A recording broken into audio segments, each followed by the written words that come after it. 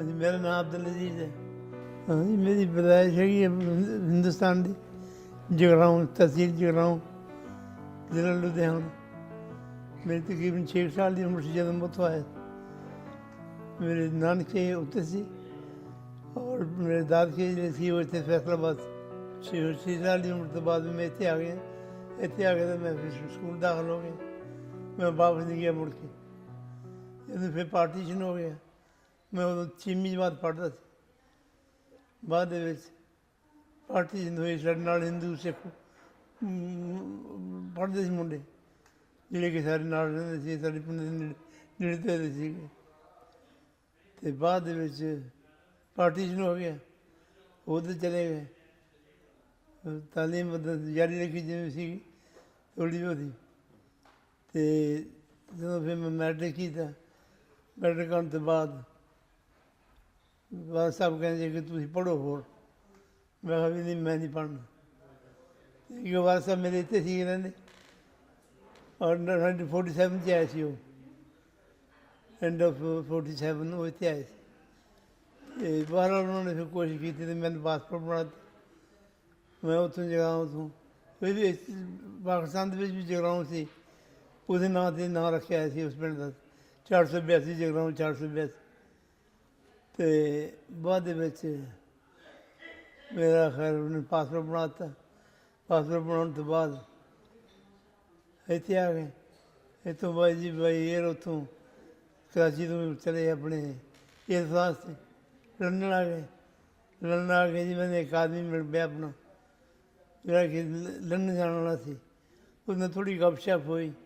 ਉਹਨੂੰ ਦੱਸਿਆ ਵੀ ਇਸ ਤਰ੍ਹਾਂ ਤੂੰ ਹੁਣ ਗਲਾਸਗੋ ਜਾਣਾ।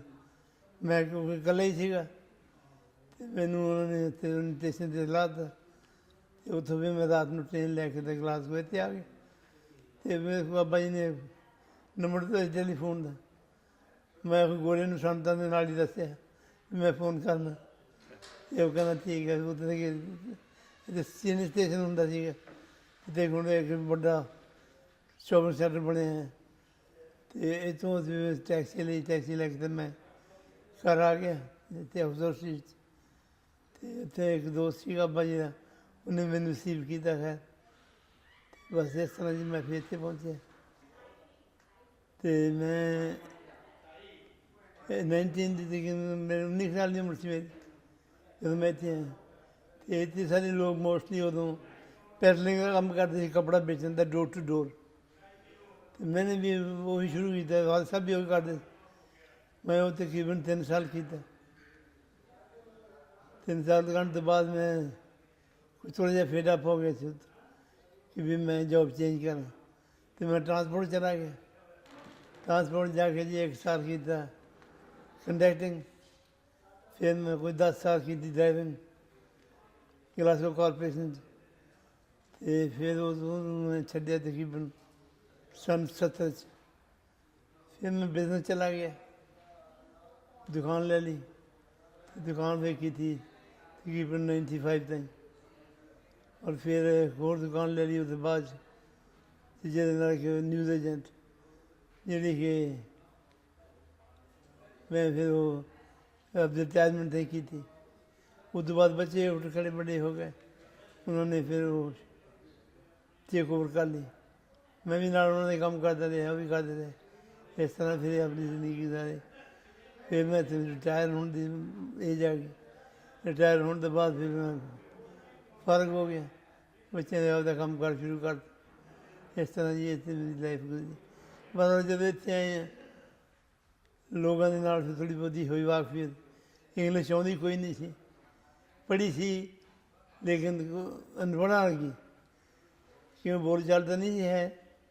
ਅਤੇ ਬਾਅਦ ਦੇ ਵਿੱਚ ਜਦੋਂ ਟਰਾਂਸਪੋਰਟ 'ਚ ਗਿਆ ਅਤੇ ਉੱਥੋਂ ਫਿਰ ਜਾ ਕੇ ਉਹਨਾਂ ਲੋਕਾਂ ਤੋਂ ਕੁਛ ਲਰਨ ਕੀਤਾ, ਜਿਹੜੇ ਕਿ ਸਾਡੇ ਨਾਲ ਡਰਾਈਵਿੰਗ ਕੰਡਕਟਰ ਹੁੰਦੇ, ਗੱਪਸ਼ਪ ਮਾਰਨੀ ਜਦੋਂ ਫਿਰ ਸਪੇਅਰ ਟਾਈਮ ਹੋਣਾ। ਅਤੇ ਫਿਰ ਉਹ ਤੋਂ ਸਿੱਖੀ।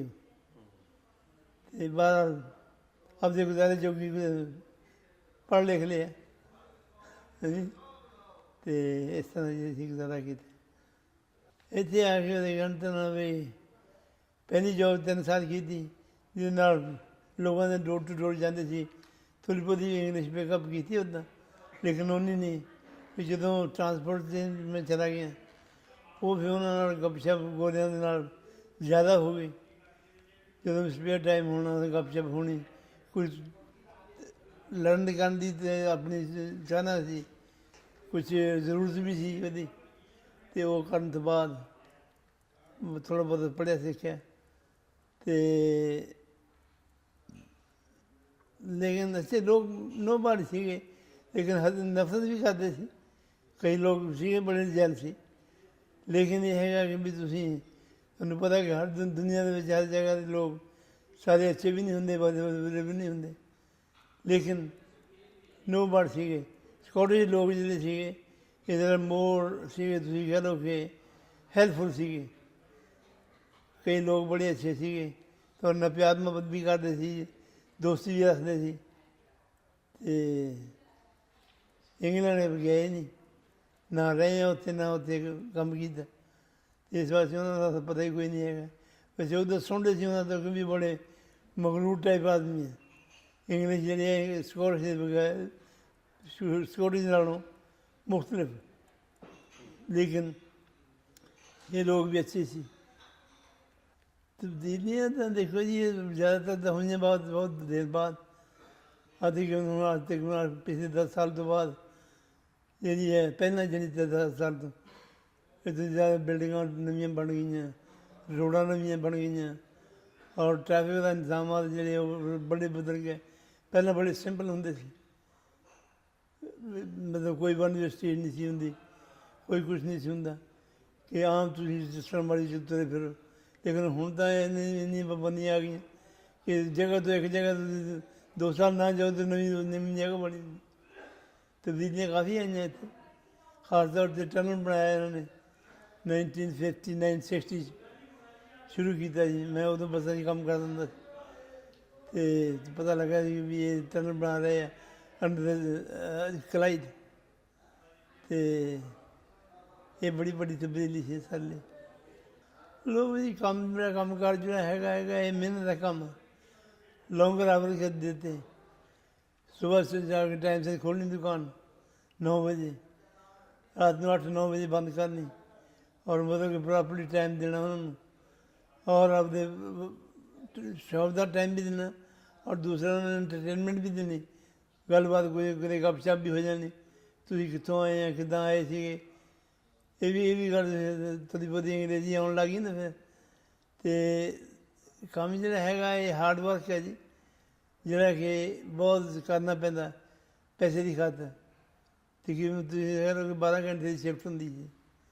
ਸਾਡੇ ਅਕਸਰ ਲੋਕਾਂ ਨੇ ਇਹ ਕੰਮ ਕੀਤਾ, ਔਰ ਬਾਅਦ ਦਿਨ 12 ਵਜੇ ਤੇ ਰਾਤ ਨੂੰ ਦੁਕਾਨ ਖੋਲ੍ਹੀ, 9 ਵਜੇ ਤੇ 8 ਵਜੇ ਦੁਕਾਨ ਖੋਲ੍ਹੀ, ਰਾਤ ਦੇ 12 ਵਜੇ ਦੀ ਖੋਲ੍ਹ ਦਿੱਤੇ ਕੰਮ ਕਰਕੇ ਉਹਦੀ ਦੁਕਾਨ ਦੂਏ ਦਿਨ ਫੇਸ ਔਰ ਨੋ ਡੇ ਆਫ, ਔਰ ਡੇ ਆਫ ਵੀ ਨਹੀਂ ਕਰਨਾ।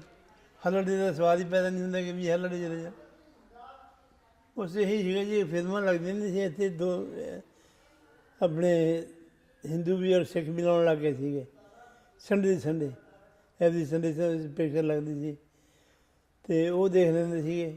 ਜ਼ਿਆਦਾਤਰ ਐਂਟਰਟੇਨਮੈਂਟ ਦੀ ਪਿਕਚਰ ਹੀ ਸੀ ਪਹਿਲਾਂ ਸ਼ੁਰੂ 'ਚ, ਅਤੇ ਹੋਰ ਕੋਈ ਇਹਦੇ ਖਾਸ ਐਂਟਰਟੇਨਮੈਂਟ ਜਿਹੜੀ ਹੈ ਨਹੀਂ ਸੀ, ਕਿਉਂਕਿ ਸਾਰੇ ਜਿਹੜੇ ਲੋਕ ਆਏ ਸੀ ਉਹ ਜ਼ਰਾ ਉਮਰ ਸਿੱਧਾ ਸੀ, ਔਰ ਉਹਨਾਂ ਨੂੰ ਮਤਲਬ ਹੋਰ ਕਿਸੇ ਗੇਮਾਂ ਨਾਲ, ਛੁੱਟੀਆਂ ਗੇਮਾਂ ਕਹਿੰਦੇ ਗੇਮਾਂ ਦੇ ਨਾਲ ਤਾਂ ਤਾਲੁਕ ਕੋਈ ਨਹੀਂ ਸੀ।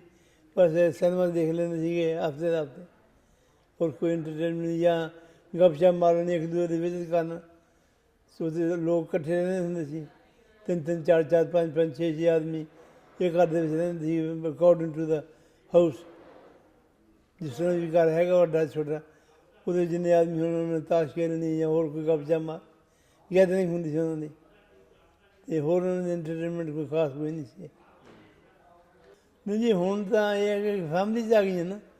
ਉਦੋਂ ਇਹ ਸੀਗੇ ਕਿ ਫੈਮਲੀ ਨਹੀਂ ਸੀ ਹੁੰਦੀਆਂ, ਉਦੋਂ ਬੰਦੇ ਸਿੰਗਲ ਆਏ ਸੀ, ਔਰ ਸਿੰਗਲ ਰਹਿੰਦੇ ਸੀਗੇ। ਇੱਕ ਘਰ ਆ, 4 ਕਮਰੇ ਆ, 4 ਆਦਮੀ ਰਹਿ ਰਹੇ ਆ, ਜਾਂ ਮਰਜ਼ੀ 6 ਆਦਮੀ ਰਹਿ ਰਹੇ। ਉੱਥੇ ਕੋਈ ਔਰਤਾਂ ਨਹੀਂ ਸੀ ਹੁੰਦੀਆਂ, ਬੰਦੇ ਕੰਮ ਕਰਨ ਆਏ ਸੀਗੇ, ਉਹਨਾਂ ਦੀ ਆਪ ਵਿੱਚ ਇੰਟਰਟੇਨਮੈਂਟ ਹੋ ਜਾਂਦੀ ਸੀ, ਵੀ ਬੈਠ ਕੇ ਗੱਪਸ਼ਪ ਮਾਰ ਲਓ।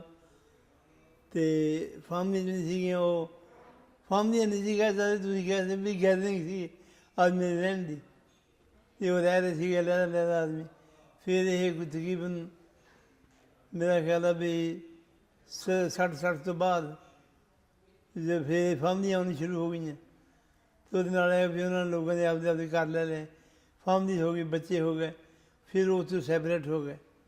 ਨਹੀਂ ਪਹਿਲਾਂ ਤਾਂ ਇਹ ਲੋਕ ਇਕੱਠੇ ਰਹਿੰਦੇ ਹੁੰਦੇ ਸੀਗੇ, 4-4 6-6 ਇੱਕ ਘਰ 'ਚ ਅਤੇ ਮੁਖਤਲਿਫ ਜਗ੍ਹਾ ਦੇ ਉੱਤੇ ਇਹ ਇਹਨਾਂ ਦੀ ਰਿਹਾਇਸ਼ ਸੀਗੀ।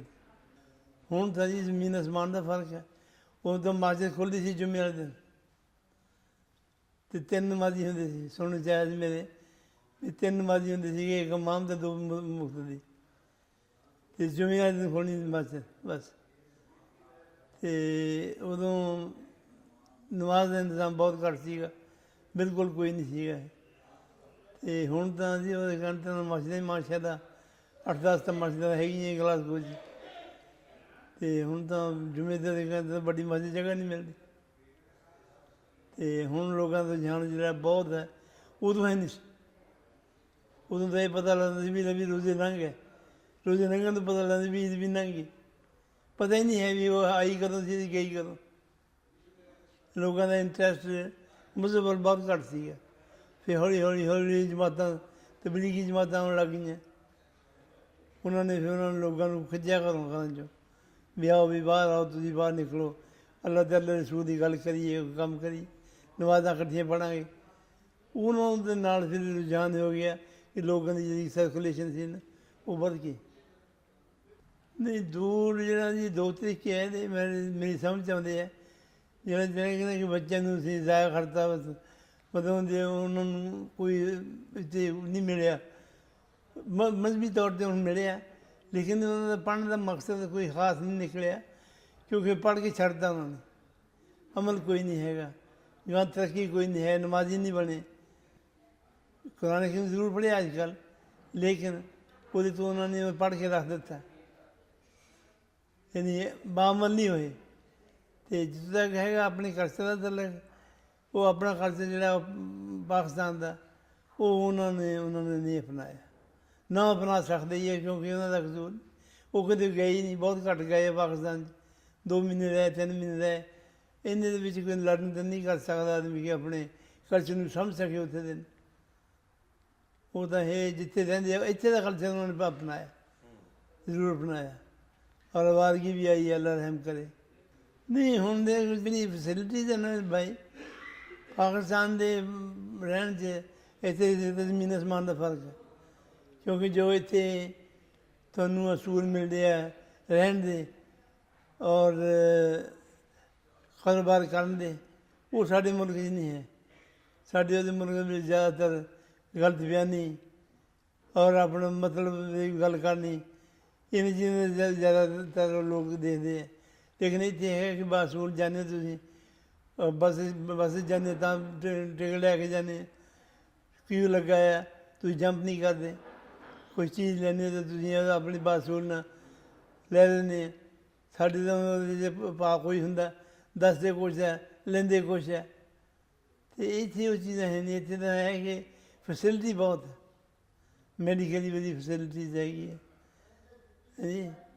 ਅਤੇ ਲੇਕਿਨ ਇਹ ਹੈ ਕਿ ਵੀ ਇਹ ਸਾਨੂੰ ਉੱਥੇ ਨਹੀਂ ਮਿਲਦੀ ਪਾਕਿਸਤਾਨ 'ਚ ਜੋ ਇੱਥੇ ਮਿਲਦੀ ਹੈ। ਅਤੇ ਇਸ ਵਾਸਤੇ ਫਿਰ ਇਹ ਹੈ ਕਿ ਤੁਸੀਂ ਪਰਹੇਜ਼ ਕਰੋਗੇ ਕਿ ਤੁਸੀਂ ਉੱਥੇ ਰਹੋ ਜਿੱਥੇ ਤੁਹਾਨੂੰ ਫੈਸਿਲਿਟੀ ਮਿਲਦੀ। ਹੁਣ ਮੈਡੀਕਲ ਹੈ, ਮੈਡੀਕਲ ਤਾਂ ਕਿੰਨਾ ਜ਼ਰੂਰੀ, ਬਿਮਾਰ ਲੋਕਾਂ ਨੂੰ ਕਿੰਨੀ ਜ਼ਰੂਰਤ ਹੈ ਉਹਦੀ, ਲੇਕਿਨ ਇੱਥੇ ਕੋਸਟ ਕੋਈ ਨਹੀਂ ਹੈਗੀ। ਸਾਡੇ ਮੁਲਕ ਦੇ ਵਿੱਚ ਪਹਿਲਾਂ ਪੈਸਾ ਹੈ ਨਹੀਂ, ਪੈਸਾ ਹੈਗਾ ਤਾਂ ਫਿਰ ਡਾਕਟਰ ਨਹੀਂ ਮਿਲਦੇ।